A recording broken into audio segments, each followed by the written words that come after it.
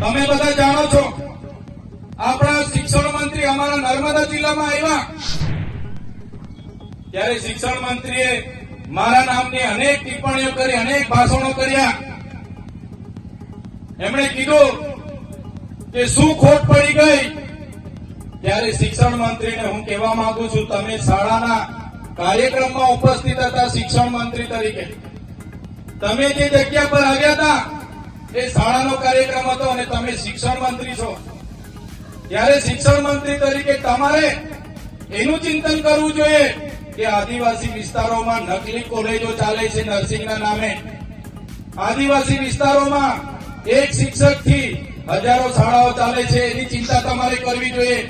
તમે પોતે મંત્રી છો અને આદિવાસી બાળકોને ઉચ્ચ અભ્યાસ માટે જે પોસ્ટ મેટ્રિક શિષ્યવૃત્તિ મળતી હતી એ તમારી સરકારે કેમ બંધ કરી, એનો ખુલાસો તમારે આપવો જોઈએ. શિક્ષણ મંત્રીએ એની વાત કરવી જોઈએ. એની જગ્યાએ ચૈતર વસાવા શું કરે છે એની વાત કરતા હતા. ત્યારે એમણે કીધું કે અમે તો કાલે વડાપ્રધાનને મળીને ભીલ પ્રદેશ આપી દઈશું, પણ ભીલ પ્રદેશ કઈ રીતના ચલાવશે, અહીંયા તો કોઈ આદિવાસી ટેક્સ ભરતા નથી.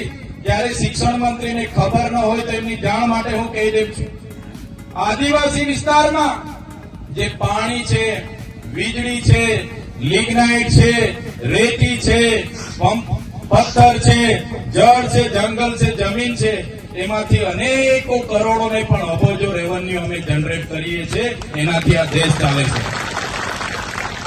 અમે કોઈના પર ભીખ નથી માંગતા. અમે સવારેથી લઈને અમે ટેક્સ ભરીએ છીએ. માચીસ થી લઈને જે પણ સામગ્રી અમે લઈએ છીએ એનો ટેક્સ અમે ભરીએ છીએ. અને તમારા મળતિયાઓ, એનજીઓ, એજન્સીઓ, કોન્ટ્રાક્ટરો ટ્રાઇબલ સપ્લાયનું કરોડોનું બજેટ સગે વગે કરે છે. ત્યારે આદિજાતિ વિકાસ વિભાગે, તમે મંત્રી છો તો આદિવાસી બાળકોની સ્કોલરશીપ કેમ બંધ કરી એનો ખુલાસો તમારે આપવો જોઈએ. 3 વર્ષથી વડોદરાની એમએસ યુનિવર્સિટીના વાઇસ ચાન્સલર બોગસ સર્ટિફિકેટના આધારે નોકરી કરતા હતા, હમણાં પકડાયા છે, એનો ખુલાસો તમારે આપવો જોઈએ. પણ તે આપી નથી શકતા અને હવામાં ફાંકા ફોજદારી કરે છે. ત્યારે ભીલ પ્રદેશ અમે કાલે આપી દેવાની મોટી મોટી વાત કરતા હતા. ત્યારે આપણા સમાજના એ પાર્ટીમાં રહેલા નેતાઓને કહેવા માંગુ છું, તમારી સરકાર અને તમારા સંગઠનમાં તો તમારું કઈ ઉપજતું નથી. અહીંયા આવીને ફાંકા ફોજદારી કરવાનું છોડી દો. આ સમાજ માટે કઈ કરો. તે દિવસે આ સમાજને સિંચાઈનું નર્મદાનું પાણી મળશે. આ વિસ્તારમાં સારું શિક્ષણ તમે અપાવી દેશો. આ વિસ્તારના બાળકોની સ્કોલરશીપ ચાલુ કરી દેશો. બોગસ કોલેજો પર કાર્યવાહી કરશો. ખોટા સર્ટિફિકેટો લઈને લાખો લોકો નોકરીઓ પર છે, એમના પર કાર્યવાહી કરશો.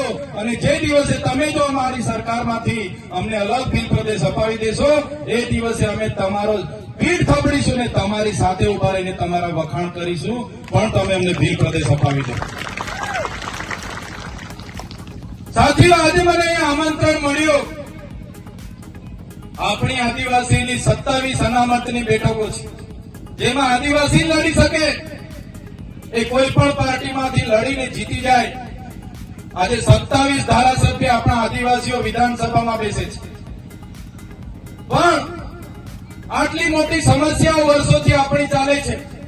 તો ડબલ એની જમીનો બધી દાહોદ હોય, મહીસાગર હોય, પંચમહાલ હોય, કેવડિયા હોય, નર્મદા હોય, આ સરકારના અધિકારીઓ શ્રી સરકાર કરીને બધા એમના મળતિયાઓને આપી દે છે.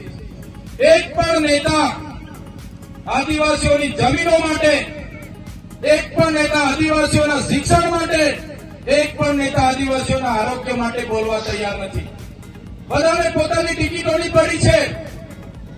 જ્યારે પાર્ટી ઊંચી આંગળી કરવા ગઈ ત્યારે ઊંચી આંગળી કરે છે.